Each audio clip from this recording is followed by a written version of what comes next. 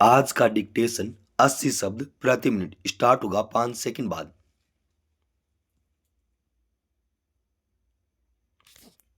Start. भारतीय share बाजार से विदेशी निवेशक लगातार पलायन कर रहे हैं। विराम।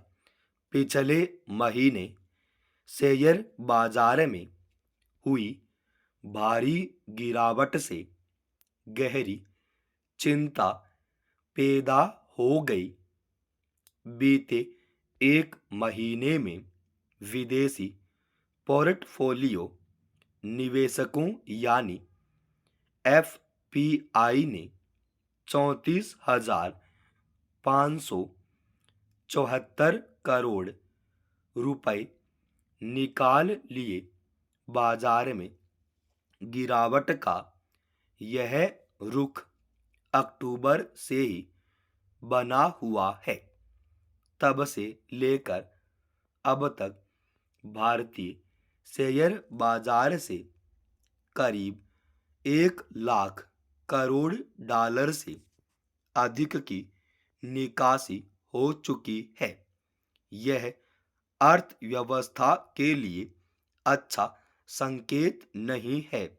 बताया जा रहा है कि 2008 की वैश्विक मंदी के बाद विदेशी निवेशकों में यह सबसे बड़ा अफरा तफरी का माहौल है।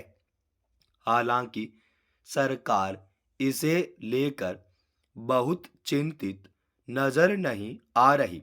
वह अब भी यह बताते नहीं थक रही कि भारतीय अर्थव्यवस्था दुनिया में सबसे तेजी से बढ़ रही है, जबकि हकीकत यह है कि विदेशी निवेशकों के भारतीय बाजार से पलायन का बड़ा कारण यहाँ की अर्थव्यवस्था का लगातार कमजोर होते जाना है।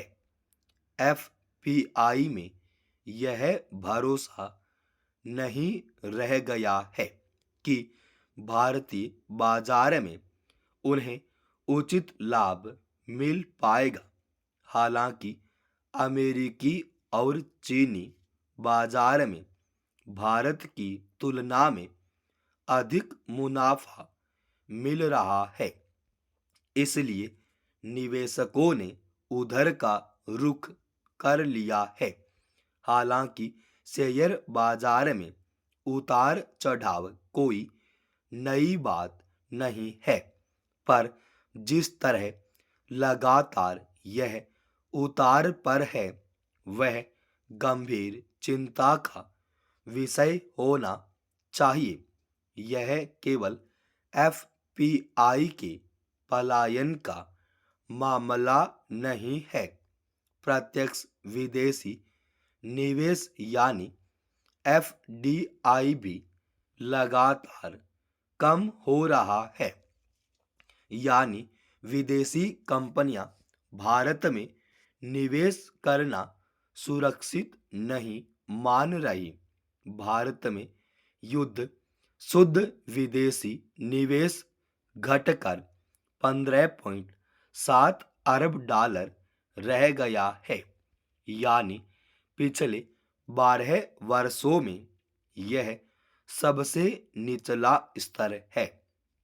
इसका एक कारण तो यह है कि भारत के कुल सकल घरेलू उत्पाद में विनिर्माण क्षेत्र की हिस्सेदारी काफी सिकुड़ चुकी है।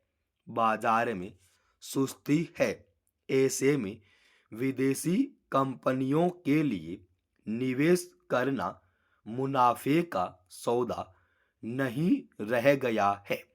उन्हें यह भी भरोसा नहीं रह गया कि भारतीय बाजार कब तक सुधर पाएगा।